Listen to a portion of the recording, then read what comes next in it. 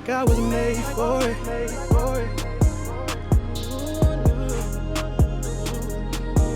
feel like I was made for it. Ladies and gentlemen, we're back. It is Sean Torrey here, the UnconQuerable Because We Believe vlog series. First of all, give a round of applause for the gentleman that is here today. Thank y'all for coming. Give a round of applause for yourselves, man.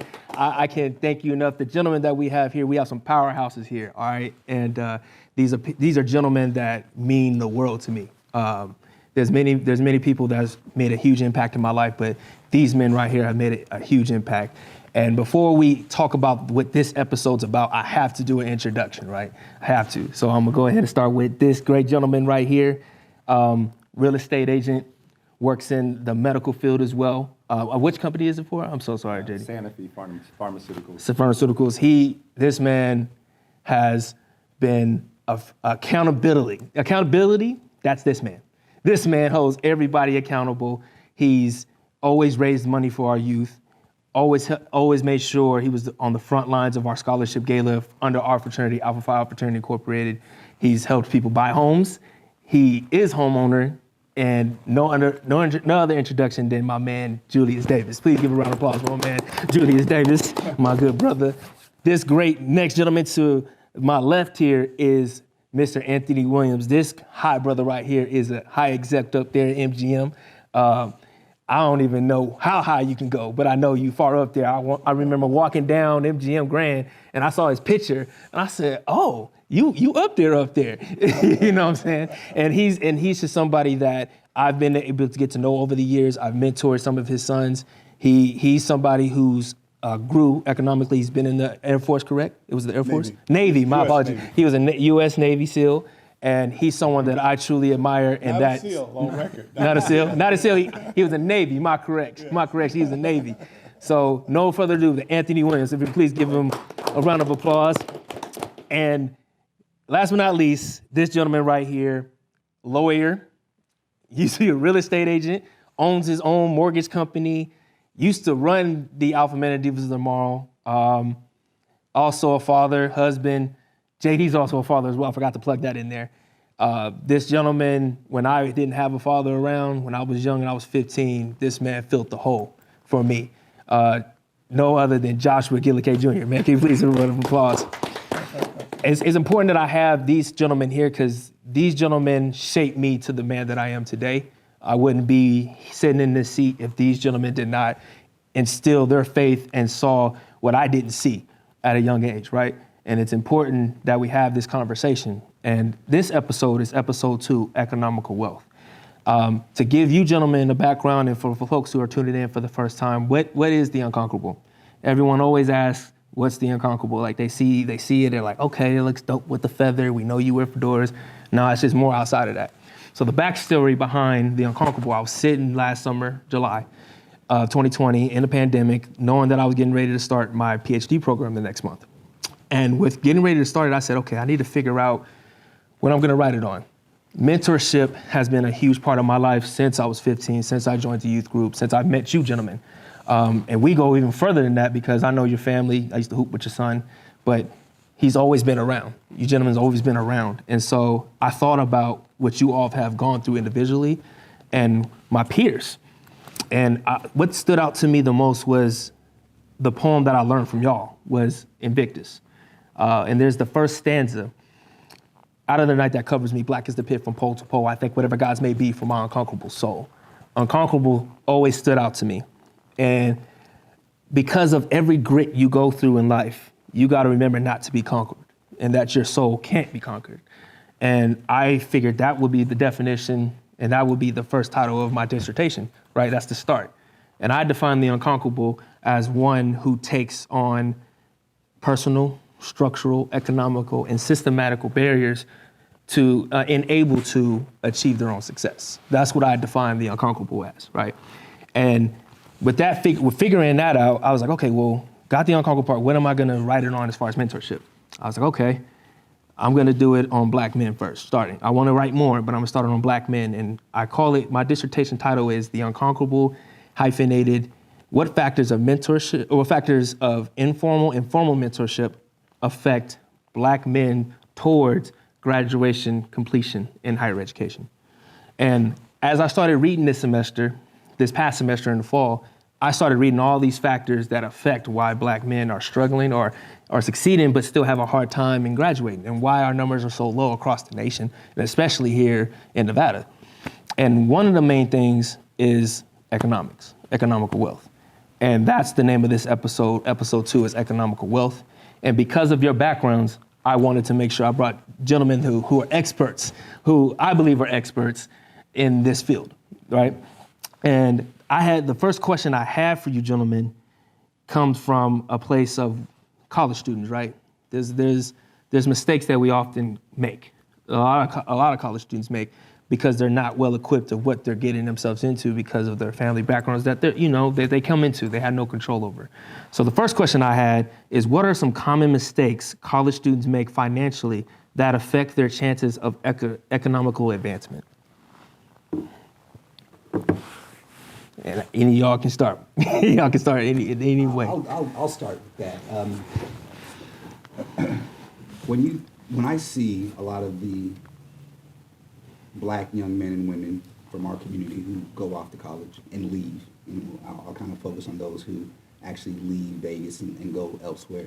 One of the challenges when you talk about finances and the economic struggles is they go with preparation for the first year of school. Mm-hmm. They have scholarships for the first year of school. Right. They have a plan for the first year of school. Mm-hmm. But you don't graduate in 1 year. And those financial struggles start to arise after you get through those scholarships that you received that first year. And if you didn't have a game plan to continue applying for scholarships, if you didn't have a game plan to continually looking for ways to maintain your finances, your financial wherewithal for the full 4 years, a lot of those kids end up coming back home. Right? And that's one big piece to it. But then it doesn't start there, right? That's when they first leave. But what happened 3 years prior? In our high schools, there's no class on finances, right? Imagine if our youth were really taught about how money works, right? Return on your investment, things that they need to have an understanding of when they're committing to a bill of $25,000, $30,000 a year. Mm-hmm. So when they get on that college campus and they're trying to figure out how to get things paid, the automatic or the natural response to that, if they don't have the scholarships, they don't have the parents who can help them financially, they don't have any financial resources, they end up relying on loans, the student loans. Now, great that the student loans are there as a means of assistance, but when it becomes the sole source for financing your education without a game plan of how you're going to repay these loans, and eventually you're gonna have to pay the piper. Yeah, he's gonna come. Time to cut that check. Take that check. Yeah. Now you have students who are graduating, but now they're graduating in such debt that they're in that rat race for years to come. Right. And retooling our young men and women and preparing them for the cost and the expenses of college starts with teaching and the basic understandings of finance and how the money works, so that when they're making these decisions as to what school to go to, decisions that are being made should also strongly consider the expense of that school for the full 4 years, not just the first. Okay. Yeah, I would add to that too. There's a to Josh's point, if you back up, 9th grade, 10th grade, there's a certain level of rigor that has to happen financially, academically, right? And so he's exactly right when he says most students will take off to school that first year and, that first semester even, and by the first semester is over their back, because the academic rigor that was required in terms of understanding, it's not just apply for these scholarships and get in. It's a long game in terms of scholarships, right? Like I need to always be looking for scholarships. Someone needs to make sure that I understand the 4-year scholarships and, the repeatability factor of being able to reapply making sure that there's always trailing money following me through each semester so I can stay in school. Right. But again, that happens pre going to college, and you're already set up and you have a plan and a program. Right. And so it really comes back to a plan and program. You know, as I was thinking about today in general, across the board, the word is access. And it's access to information. It's access to individuals that will be able to help have that influence in terms of where do you go, who do you follow. Right. Because there's a lot of students that want to go to school, they want to play sports, they want to do a lot of different things, but they don't quite have the access to that inside track, if you will, of how to get in, stay in, and finish either debt-free or as little debt as possible. Okay. I mean, I would piggyback on what they both said, talking about the knowledge, the education, and then the access. So then I come in with the accountability. Right. So using my own personal experience, what helped me the most is when I started school, my best credit card that I got the first time was an American Express credit card. So with that, I got approved for American Express, and what it meant to me was if I charged something, I had to pay the whole balance back in full. Talking about understanding money, I got to the point where I had a full ride football scholarship to Nevada, but because I had had a kid prematurely, I walked away from that, and I came back and went to school here at UNLV, and I started working. That's another thing that I think students don't think about is if you have scholarships or you use a student loan, if you work while you're in school, then that can help you with budgeting as well. So some of the pitfalls that I saw personally was people taking out excessive loans, more than what they needed for school, could be working and paying for some things, but they wanted to play. Back then, it was Sega and Nintendo. It was different games. Nintendo. Regular things, drinking, hanging out with the opposite sex and all that. But not thinking about why you're there and how can you keep the cost down. Then you got to think about what are you investing in? So what is your major? What is this school costing? And what is the average income you can expect once you graduate? Right. So if I want to be a teacher and I'm looking at starting out 35, 40,000, why would I go to USC for 300,000 for education? That might not make the most sense. Right. A state school might make the most sense. And another thing I see with today's students, I think if you come out of a Nevada school with like a 3.5, I think you get a millennial scholarship that helps you with pretty much all the expenses or a lot of the expenses. But I see a lot of kids, to piggyback on what Anthony said, or Josh said even as well, they're not preparing for more than the first year. The first year, yeah. So with that, losing the scholarship after semester one, losing the scholarship after semester two, to what Anthony said, coming back home, then the family doesn't have the money to send the kid back, you know, with the plane ticket and stuff like that. So there's some fundamental things you could be doing. That happens a lot, right? Back home, and it was really a financial story. Right, because and that's something I thought about, right? Because I remember, even I'll speak on myself and then what I see with the students now, right? When I work with my students, because y'all know I work at the CSN, I work at the College of Southern Nevada, and there are students who have to work.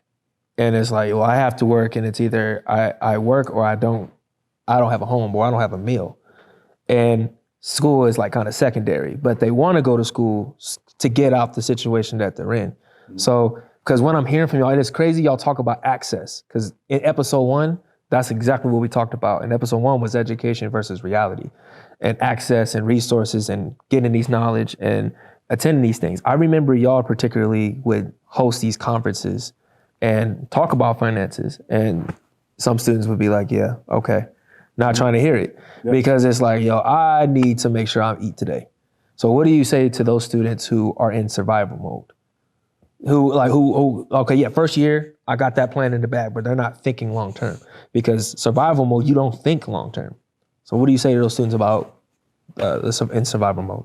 Well, again, I mean, if you're already in the situation, we can't talk about pre and preparation. Right. But it's really going to come down to, it's a personal choice. Yeah. Right. So if I'm in school and I'm struggling and I'm thinking about maybe I don't go back, maybe I do, maybe I need to just get a job.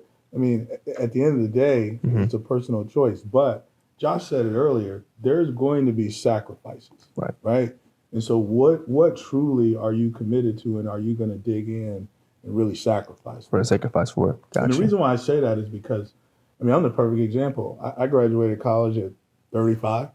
Oh, with a man. family, with 3 young. With the bachelors? My kids were, I'm getting out of class at 10 o'clock at night. I'm Man. picking up my kids from babysitters and, double strollers and rollers and all this kind of stuff.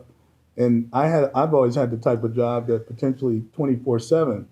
So I could get home, put my kids in bed by 10:30, and then have to get them out of bed, take them to their grandmother's because I got to go to the strip or go here or there because there's an emergency. I mean, but at the end of the day, what is a sacrifice, right? And so it's a personal choice in terms of I knew I needed to stay in school and finish this time, and get through it because I needed to have that to continue to fulfill the vision that I had for my life. Okay. And I think that what he said is the perfect mentality to have.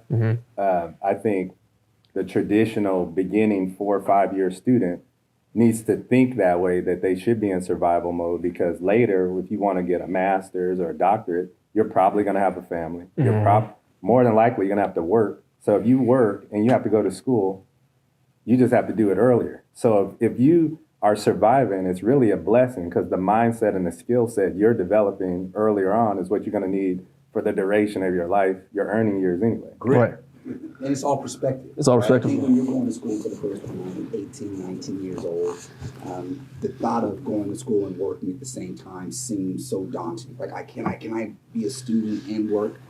Yes. Okay. You could be a student working full time. Matter of fact, I would say that a lot of the students who do that probably end up being more successful long term as well as short term, because they're forced to focus on what's most important. Right, when you're on a college campus, there's a lot of options. Right, there's a lot of different things. A lot of idle time, and you can choose how you use that time. But if you're thinking long term and how you're going to make it through these 4 years, and working becomes part of the plan, then you just reprioritize how you spend your day. You can still succeed on a college campus, 4.0 GPA, working full time. Right. It's just a matter of prioritizing how you want to spend your time and having perspective as to, I'm doing this now because of what I want later. Okay. Where I'm trying to go, what I'm trying to obtain. Or you can hang out in the student union. Kick it. Go play, basketball in the gym, play video games, and find time to maybe do some studying, and you're going to flunk out of school. Right.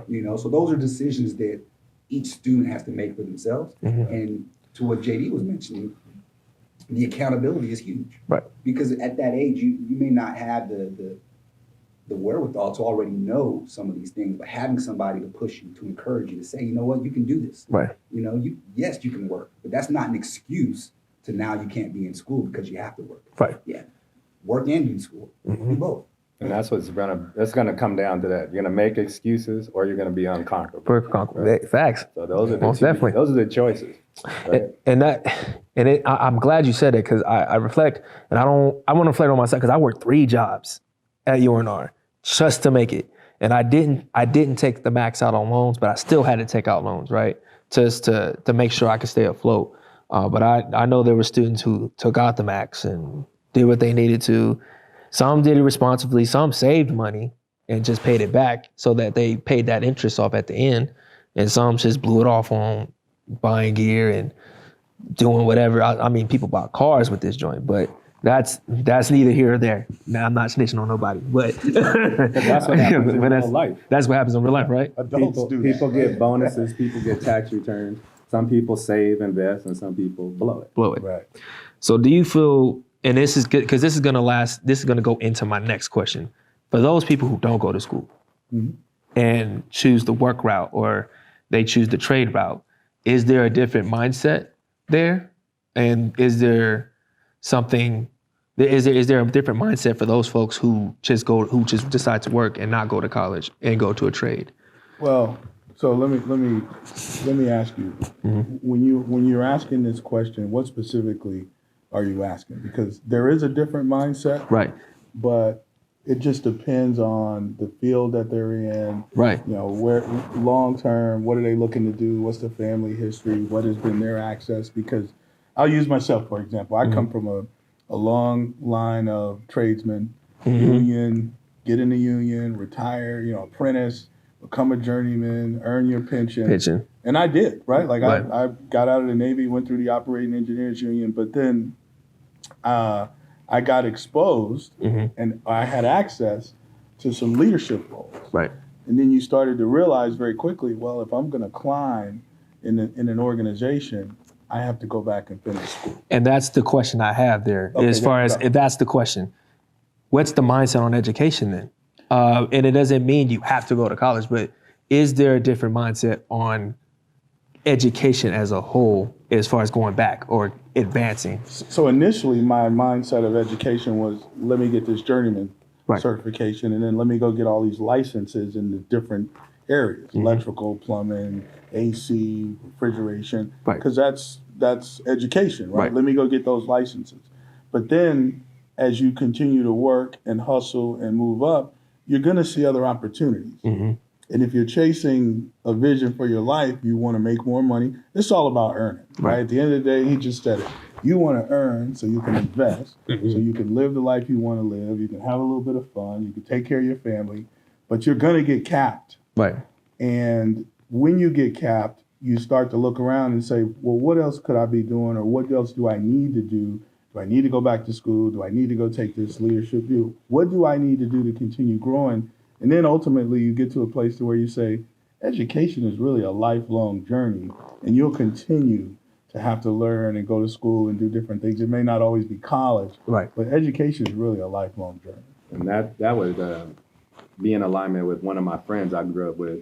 He came out of Bishop Gorman basketball and did the community college thing, a couple of different JCs playing basketball. Right. And his dad was a plumber, pipe fitter, journeyman. So the college thing fizzled out. He came back to Vegas and got in the apprenticeship program. Right. And journeyed out after 4 or 5 years. It's still, I think it's a similar college mentality because they're working full time and then 2 nights a week they go to class for 3 or 4 hours, a couple nights a week for 5 years. And Right. you got to keep passing tests and your pay keeps increasing like every 6 months. And then when they journey out, it's a pretty good pay and your pension and you can live anywhere, like you can move around. Right. So at this point, he's like in year 22 and I'm not going to say his name, but he hasn't taken any more college, but he's gotten certifications, med gas, and all these different things. He's a superintendent, and this guy's making $300,000. Man. You know, and that's and that's not saying. See, it's not about college.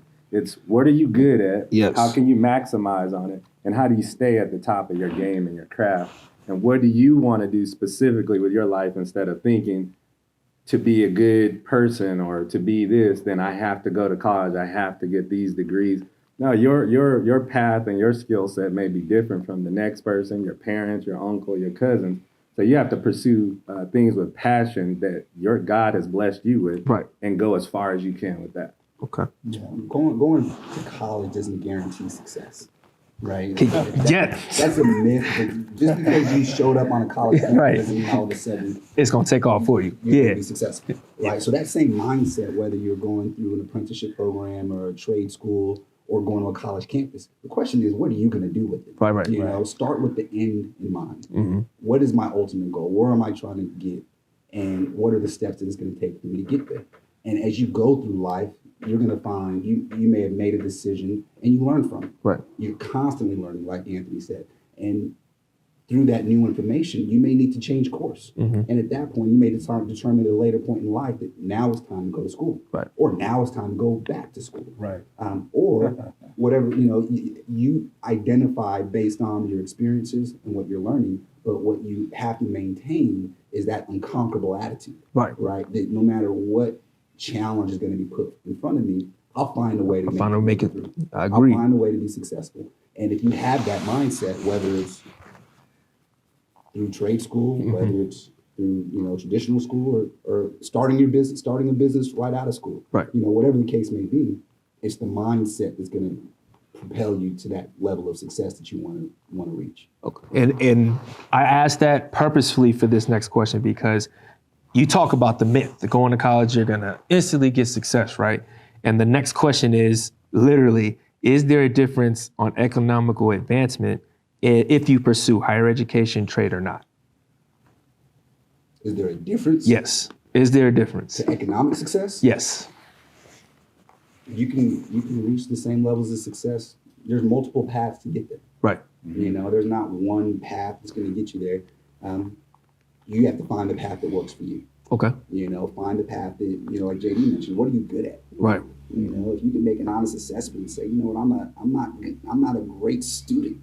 You know, sitting in an environment with, and even when you're making the decision to go to school. Right. You know, sometimes you find out that some of these classrooms, you may be in an auditorium with 300 students. Right. That may not work. Do you learn in that environment well? Yeah. Or do you need a smaller classroom setting so that you can have more individual instruction and be able to raise your hand, feel comfortable, and ask the questions that you need? Right.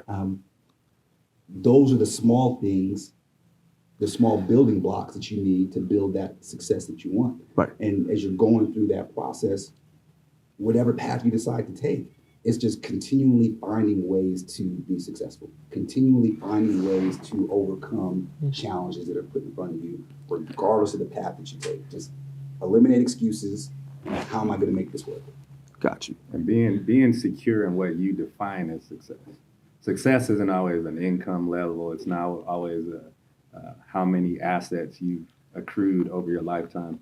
What makes you feel good and gives you fulfillment. Mm-hmm. And, you know, you shouldn't feel insecure because you're a welder, but you got an acre of land, you take care of your mom in her older age, and you sent 2 of your kids to college and they finished debt free. There's so many other ways to do things, but if you go through education, one thing that I think we're missing is serving the country, you know? So someone that ends up going to the Air Force, Navy, Marines, Army, right. 4 years of commitment, and you're probably getting an education or learning a trade, and they're going to pay for you to go to school for a certain dollar amount. So you're learning a trade and you're getting a degree if you want, and you're working, Right. and you're seeing the world. So that's another thing that I feel certain groups or races are buying into. The only way we can get ahead is to abandon the military, abandon Right. trades, and we need to go to college. But really, we're in college because we want to be banked up to be in the NFL or NBA. Right. In the NFL, you got about 300 jobs a year. In the NBA, you got 60 jobs, and probably only 35 of those people are going to stay on the team, right? The NFL, 350 jobs. You probably really got about 150, 180 jobs, right? So you got all these things to think about. So we need to get out of academic slavery and start getting into mental dominance. He said academic slavery. Good Lord. Yeah, and I would follow up on that because that rigor that I mentioned earlier, Yeah. when you go to the military at 17, 18 years old, if you're really committed like anything else, the rigor that you will go through in terms of establishing healthy habits, establishing discipline, establishing, you know, that time and Right. how you do things and your work ethic, all of that is building you for whatever's next, right? Right. And to his point, it is different levels of success in terms of when you go, how you go. The other thing I believe is you're really not, as you're working through life and experiencing things, you're really not going to excel in certain areas and do certain things until you're really ready, right? And you have to make your own mind up that this is something that I'm ready to go tackle and stick with it. I wasn't a college student right out of high school, right? And I did go right into the military. But what the military did for me is gave me an opportunity to get away from Las Vegas, see the world, figure out what I wanted to do. And I realized and learned very quickly, I am mechanically inclined. Right. And so, I mean, these guys know over the years, whether it was owning my own business and out there hustling or doing different things, but again, always having a vision for where I wanted to go and what I wanted to do. And again, understanding, but I will have to go back to school. You're not going to escape this life without some form of education multiple times throughout life to continue to give yourself the edge to push you over the top. So a big point of what he said, just maturity. Yeah. So sometimes going to school at 25, 30, 35 can help you, whether it's the military or not, maybe whether it's a trade or not. Just like being married. Someone can be a great husband or wife at 40, and some people are ready at 22. 22. Yeah. Me personally, I wasn't ready. Yeah. Probably just starting to get ready right now. Right. Hey, I knew that about myself. I've been there. I've been there. As I know. And then, you know, what I take from that is being Rolling honest Stone. with yourself. Right. What's very common, especially with people in high school Yeah. who have a vision of what success means to them, it's not their own vision. Right. Someone else has told them certain things. What Someone else success pushed them is, right? What success looks like, and kind of guided them through a certain stages of their life, trying to help, you know, with good intent in mind. But the success that they've been sold may not be their own success, right? So now they're preparing to live someone else's life.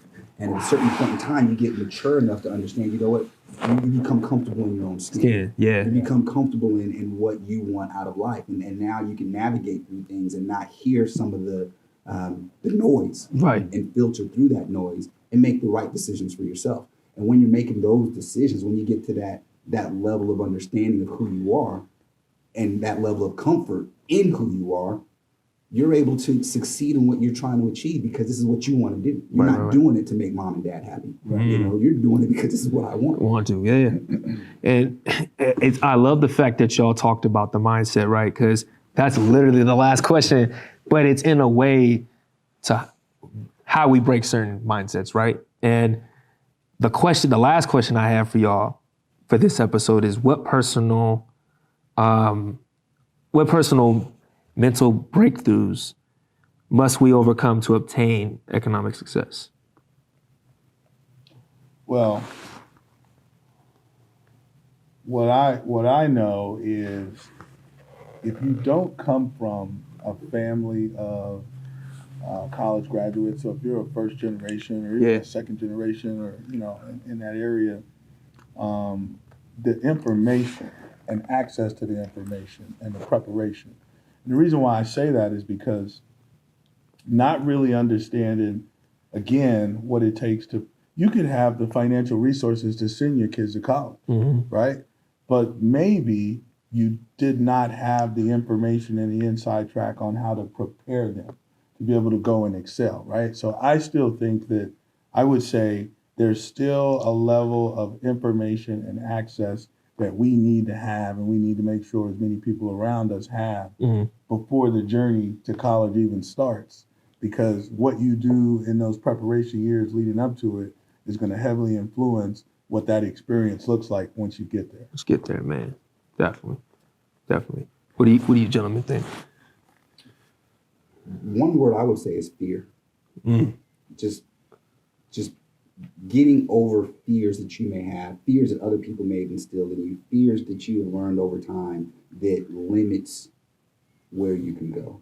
And if you can overcome that fear, and I even, you know, putting it in the sports context, when you see these top level athletes, professional football players, professional basketball players, or whatever sport, what separates the good and the great players is just that mindset of just being fearless, to not caring if I fail, to not worrying about what the media may say if I miss this shot. Right. And I'm going to keep shooting. You know, I think of a Kobe Bryant. Mama mentality. That Mamba mentality, Yeah. right? And there was a WNBA player who asked him, hey, you know, how do you overcome your shooting slump? He said, shooting slump? Keep shooting. Right? Yeah. And that's just that fearlessness that, you know, no matter what happens, I'm going to just keep pushing. And if we can overcome that, whatever that is to you, whatever fear you may have that says, I can't do this, or, you know, I'm scared to do that, or, you know, mom told me not to do this, so I got to stay away from that. And you just create laser focus on what it is that you want to accomplish and remove that fear, that barrier that's in front of you. Sky's the limit. And that comes from a lack of information, right? Like fear comes from a lack of information and adequate preparation in receiving that information, right? Because if you're around a group that says, oh, well, you know, you can't do this because it's going to cost that, or once you go, it's going to be, you know, we were laughing earlier, it's cold there, or in that region, I'm not. All of those things can be dispelled And fear can be overcome with information. Because if people are giving you perspective and information, it's probably limited. And so what you also have to do is have the ability to go out and do more research and really chase down what it is you're thinking about doing. If you're afraid of something, that means there's opportunity there to go really dig into that and learn as much as you can about it. Because the one thing Kobe knew is, listen, it doesn't matter if I'm missing because I'm still gonna go back to that spot on the floor, shoot 100 more shots, because eventually when it's time to show up, I'm gonna be able to hit them. I'll be there because I did the work. You got to be able to do the work. Right. And the thing that I would say, and I think it's fitting for this month because it's like a year that we lost Kobe Bryant. I like that Mamba mentality, but I like to focus on mentality because that was his mentality. Yeah. He focused on that type of snake and how it did owning your own mentality and owning your own dreams and your own future.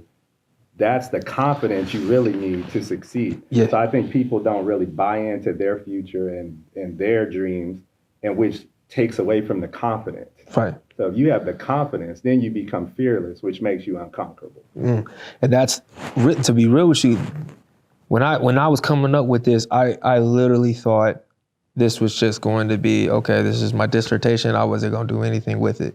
I didn't have intentions of doing it because I've already been, a mentor. I still do my thing with King of Jewels and all this other stuff. But I really started thinking like, well, this is way more than that. This is really a mindset, because I've watched so many people can overcome their fears and jump into a whole pit full of snakes and still come out clean in this industries, in multiple industries. And I wanted to be able to bring people to this platform to have these conversations organically and be able to talk about how could we all evolve, because this is revolution. This is how you create change, social change, and that's what I'm in the business is, in creating social change. And I want to thank you gentlemen for coming in, taking time out of your day to do this, because there's people who needed to hear y'all voices. I hear them all the time. I talk to y'all daily, if not every other week, but I know what you guys do for me, and I wanted to make sure that these young folks, these folks who are in the higher ed field or in these different industries, heard your voices, and it was heard today. So I thank you, gentlemen. 06 to y'all. Definitely a shameless plug there, since we all alphas, and we out. That's episode 2.